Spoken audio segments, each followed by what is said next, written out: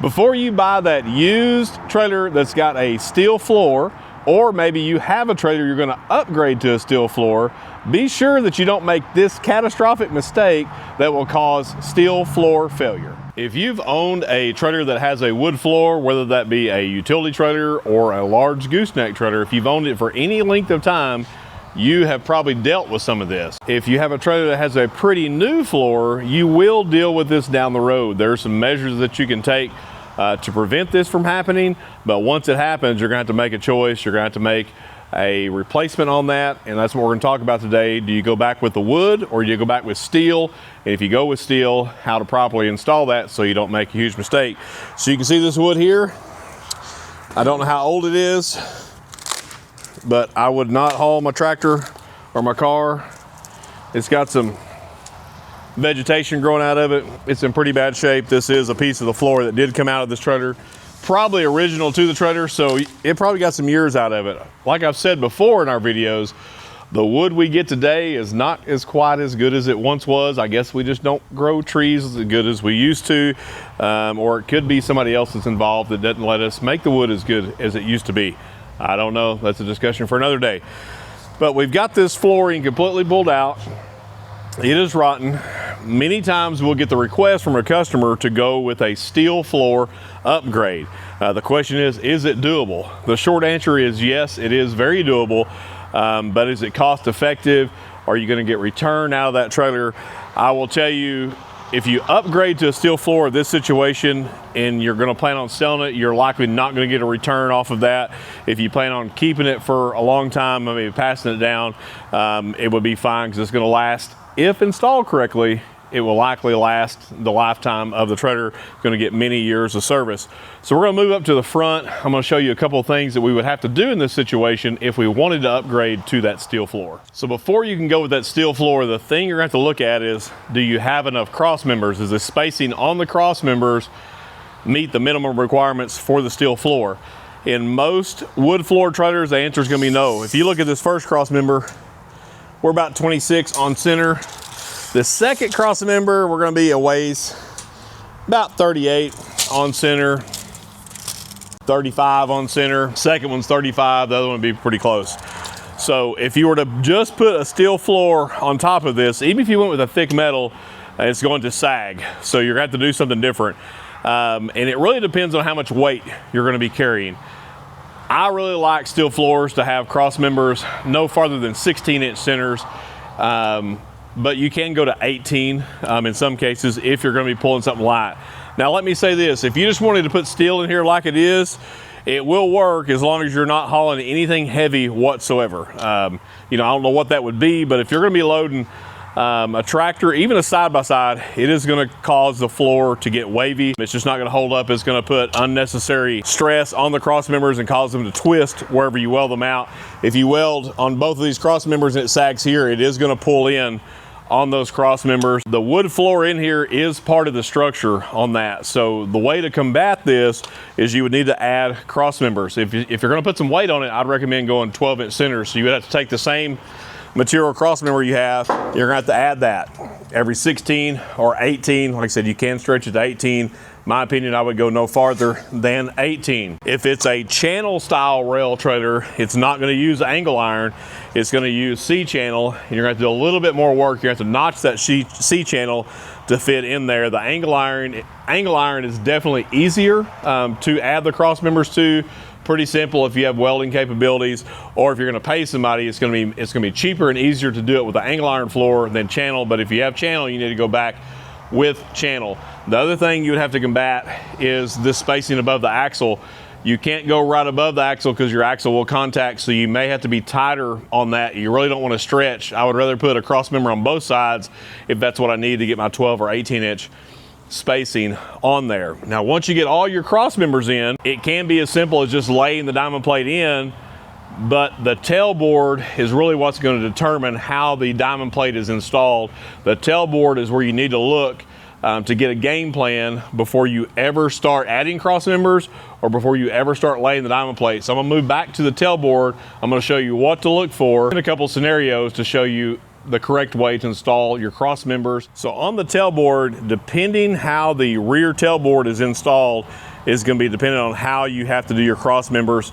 Once you take that wood floor out, you're going to have an 1.5 to 1.75 inch gap in here. So if you were to lay your flat metal on top of this, you're going to have a huge step up on that.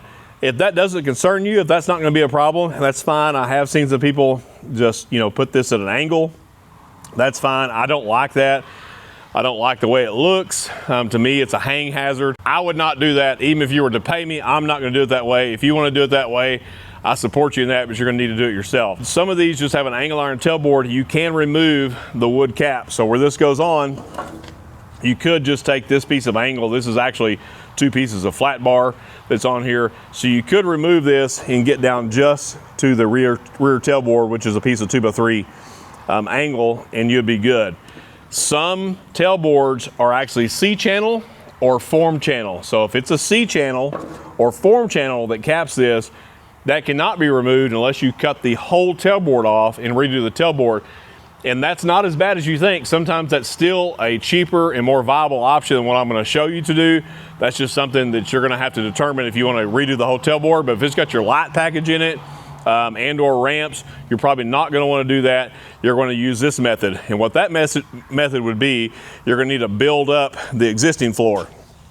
So you would need to build up this floor to make it match the existing floor. So with some 1.5 inch tubing, and you would have to do the same thing. You have to lay that on top of your cross members. So where you put your piece of angle in here, you need to put that on every one so that this comes all the way back, and it's the same exact height as the wood floor is. It's going to look factory when you do that. It's going to look like you did it on purpose.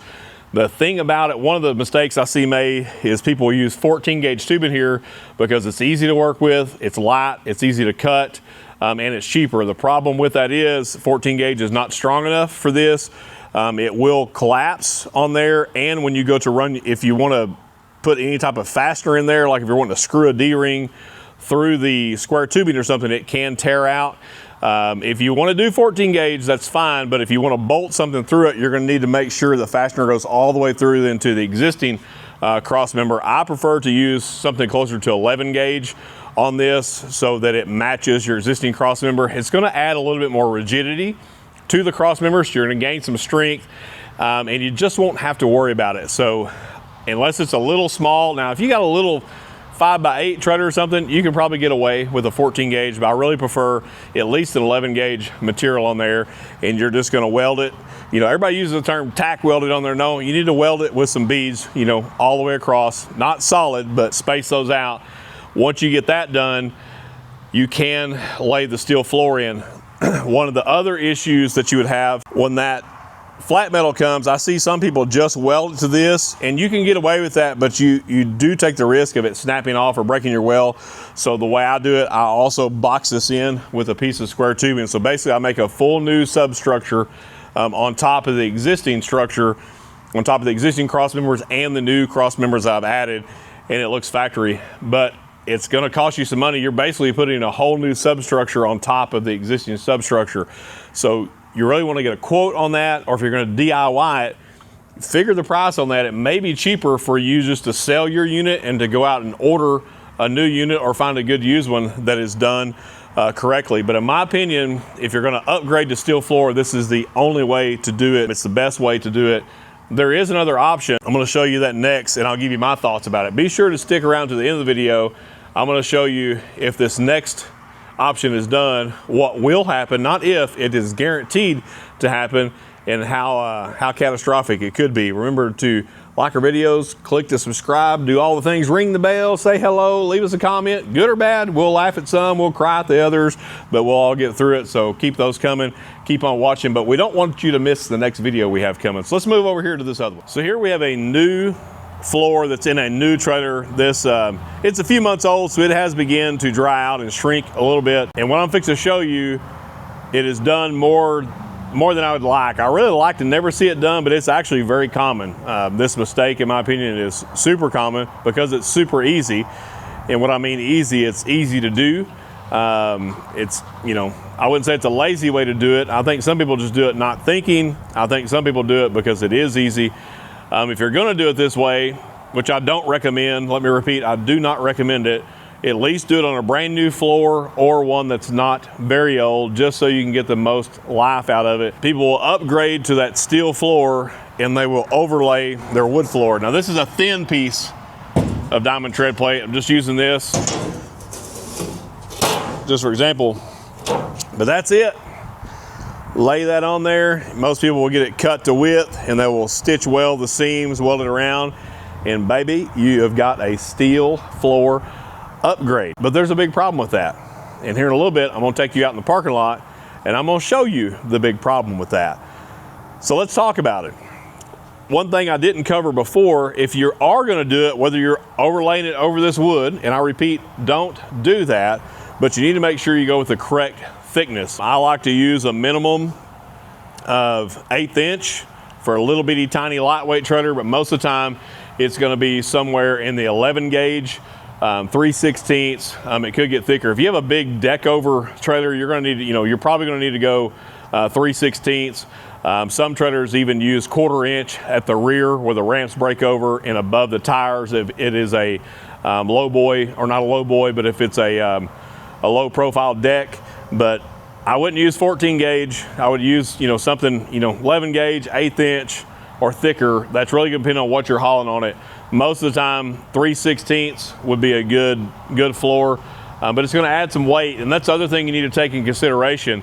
You can figure out how much a dried out 2x8 or 2x6 weighs. You can figure that up online. You can also go online and just pick any metal supplier, type in the numbers. Hey, I need, a 4x8 sheet of 3/16 or 11 gauge, whatever it is. It's gonna give you the square footage weight rating on that.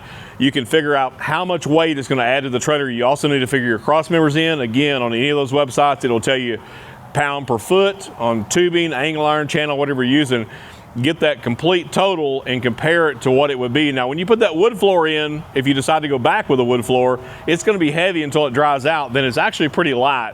But adding a steel floor to a trailer will add quite a bit of weight, which is gonna reduce the allowable payload that you're gonna be able to put on that trailer. So again, if you're watching this video and you've got a steel, or you have a wood floor and you're thinking, man, I'm going to put the steel floor overlay on it, don't do it.